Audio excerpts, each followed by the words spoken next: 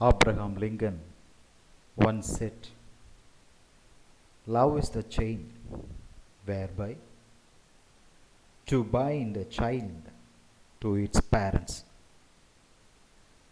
I read another quote. Never forget two people in your life. The first one, the person who lost everything just to make you win. That's your father. The second person, the person who was with you in every pain. That's your mother. Your father and your mother may be educated or uneducated, but they are the best guide and the last hope in the world when you fail in your life. Today, I am going to discuss the story The Lost Child, written by Mulkraj Anand from the Supplementary Reader in English for Class 9, page number 126. First of all, let me give you some information about the author. Mulkraj Anand, he was born on 12th December in the year 1905. He died on 28th September 2004. He got PhD in philosophy from Cambridge University, London in 1929.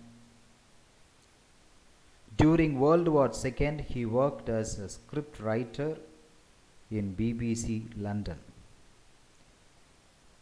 He was awarded with Sahitya Academy Award for his novel Morning Face in the year 1968. He founded a literary magazine, Mar.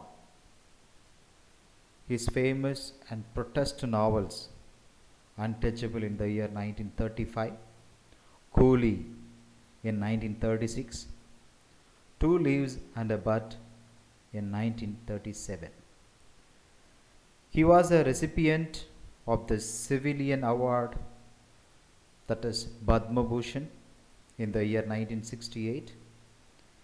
He was a winner of International Peace Prize in 1953. Now let me introduce the story. This is the story of a child who goes to a fair with his parents. The child is very happy and excited and wants everything from the fair. He wants sweets and toys displayed in the shops, but his parents don't buy them for him. Soon the child gets lost and separated from his parents while engrossed in enjoying the colorful fair. This causes panic in his mind. Then he refuses when someone else who finds him offers all those things to him, but he wants nothing, only his parents. Now, let me tell you the detailed summary of this story. It is a bright spring day, you know very well. Spring season is a wonderful season. There is a fair going on, and everyone in and around the village is traveling to partake of the delights of the fair. Among them is a young boy. He skips and runs happily alongside his parents as they walk to the fair. There are many people traveling along with him. Some of them are moving in bullock carts or horses, while most of them are walking to the fair. The boy's excitement grows as he sees all the people around them. On his way, he sees a toy shop He loudly proclaims that he wants a toy. His father looks at him sternly. To divert the child's attention, his mother draws his attention towards the mustard fields. There is a vast field of gold and yellow mustard fields, and its color excites the boy. The field is also filled with butterflies. The boy is fascinated by the butterflies. As they fly close to him, he tries to catch some of them, but they elude him. His parents call out to him to join with them. Come here, sit with us. They are taking relax in some places. They have taken shelter in a shaded grove. As soon as the boy enters the grove, a shower of flowers greet him, and he holds out his hand to catch the petals. The boy looks around in wonder, taking in all the sights and sounds of the nature. From the grove, they travel along a narrow path to the fair. From the serene world of nature, the boy enters the world of fair. Its cacophony, sights, and smells fascinate and repel him at the same time. The boy stops in front of the sweet shop, tempted by the delightful display of the sweets. He wants a barfi, though he knows his parents will not buy it for him. As they walk on, he is attracted by the beautiful garlands of gulmohar in the next shop. Though he wants one around his neck, he knows his parents will call it as cheap and they will refuse. Brightly colored balloons on a pole greet him next. He stops and gazes at bright balloons floating in the air. He knows his parents will tell him he is too old to play with them. He was attracted by the sound of the snake charmer. He wants to hear the music, but he knows his parents will forbid him. Finally, he reaches the giant wheel. His sides shine at the giant wheel, keeping on turning with its brightly colored lights, and people laughing and shouting. He cannot attain himself any longer and clamors to get on it. But his parents do not reply. He turns around, but his parents are not with him any longer. Frightened, he starts howling. He runs here and there trying to find his parents because many people are there. Crowd is not able to find out. He was lost in the crowd. There are tears in his eyes and his clothes become dirty. He notices a temple around which many people are gathered. He hopes he can find his parents there. But there are too many people and he cannot see them. Now, there was a kind stranger. A kind stranger comes and rescues him and asking about him because many people are there.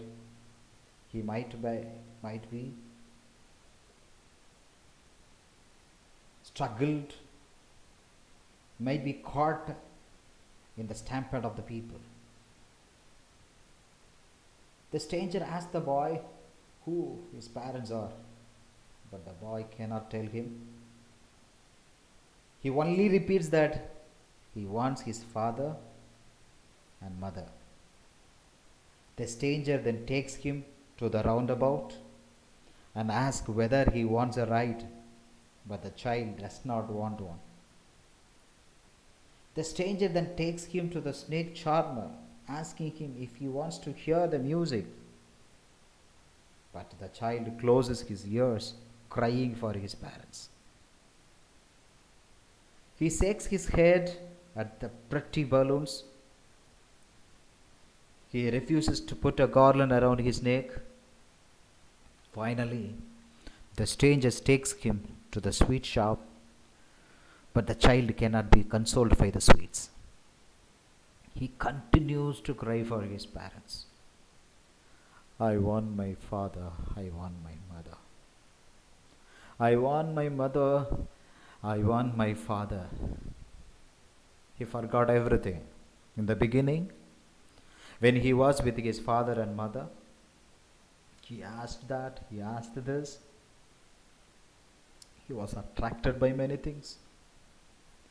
He requested his parents to buy, but now everything is with him. This kind stranger takes him to all the places, but he refuses everything. What does he say? I want my mother. I want my father. I want my father. I want my mother. This story ends like this. I want to discuss the theme of the story. What is the conclusion given by the author?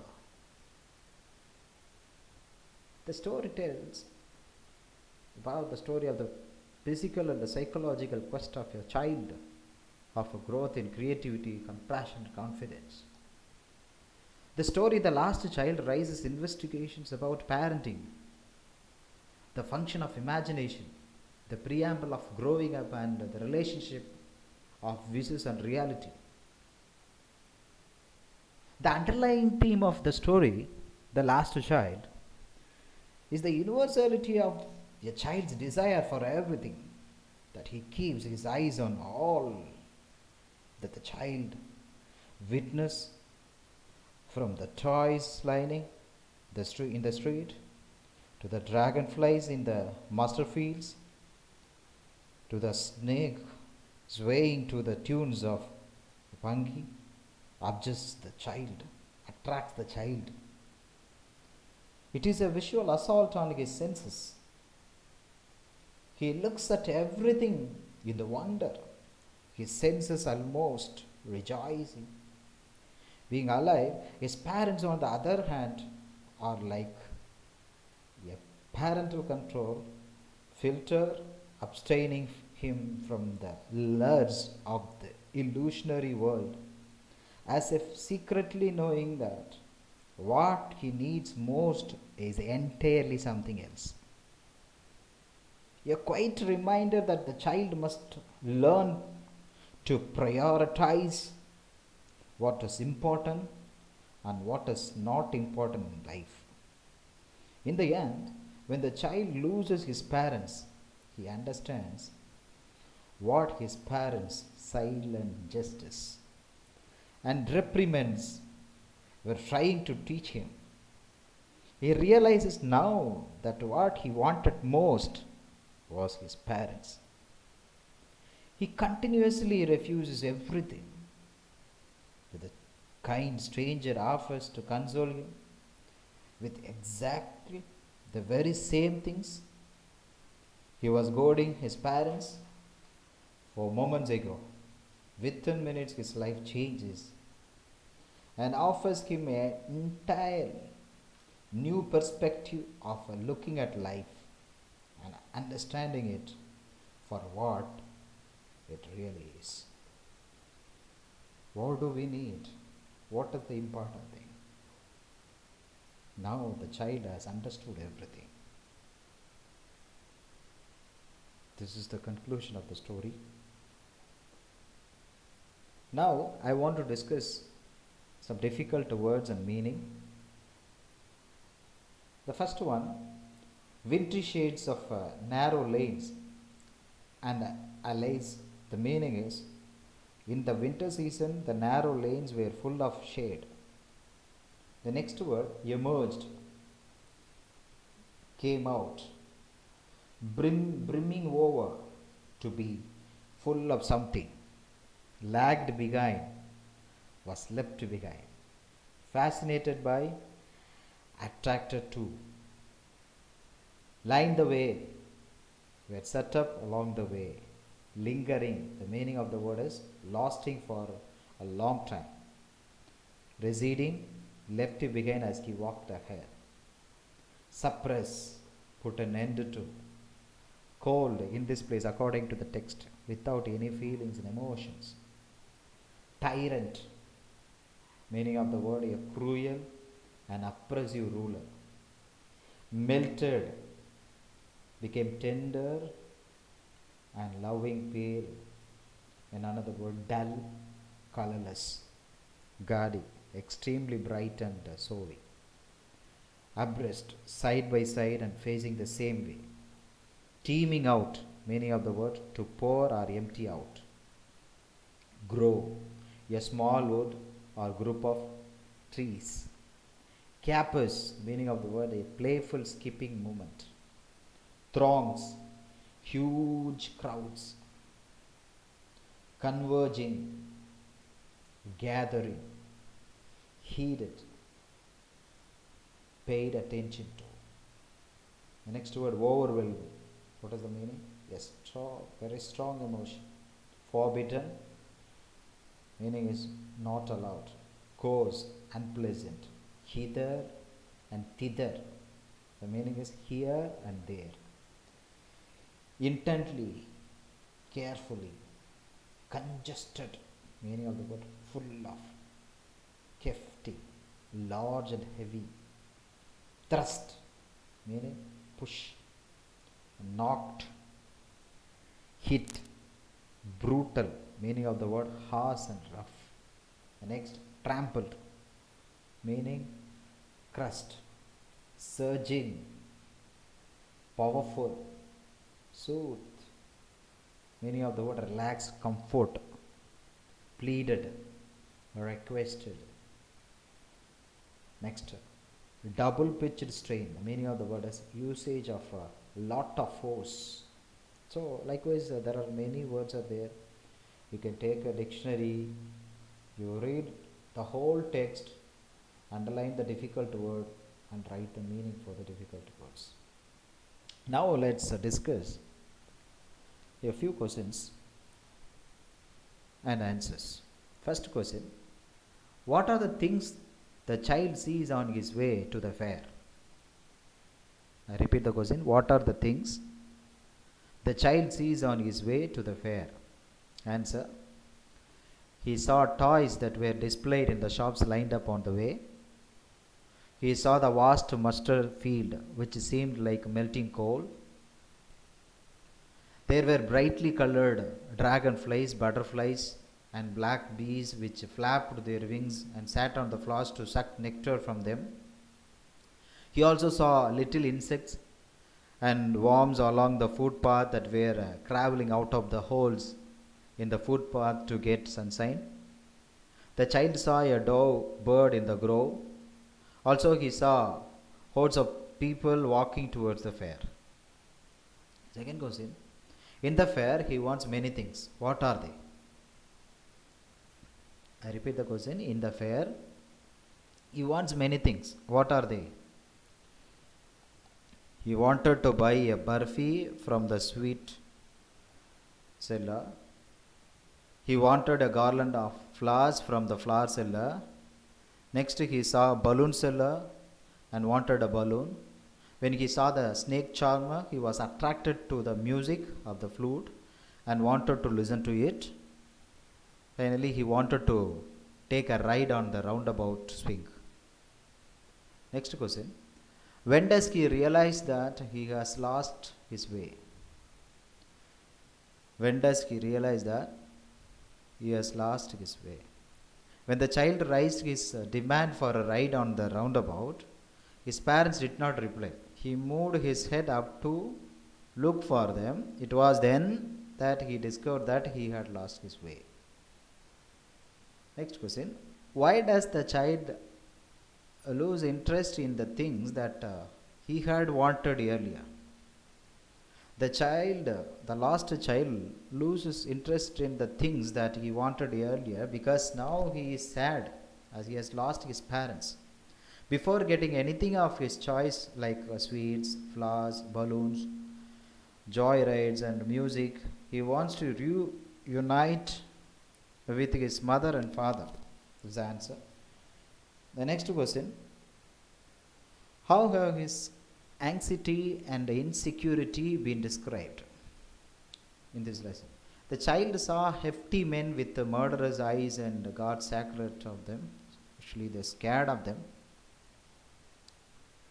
He ran here and there looking for his parents. His turban untied, his clothes became dirty. He was screaming at the top of his voice. These all are the anxiety and insecurity he experienced, and it is described in this lesson. Next question: what do you think happens in the end? Does the child find his parents? The ending of the story is not given in this text. I think that in the end, the boy finds his parents standing at the fair reception. Thus, the child finds his parents and they reunite once again. Thank you, my dear students. There are so many questions. You can find out answer for these questions. Read the text once again. You can get more knowledge through the short stories of Mulkraj Anand. We can understand about India, and we can understand about the psychology of the child, and so many things we can understand. So read the lessons not for the exams, for empowering your English. You can learn your English through reading poem, through reading novels and short stories. Especially the short stories will motivate you to read and read. So you read. If you have any doubt, please ask me. I'll give you the right answer. Thank you, my dear students. Thank you.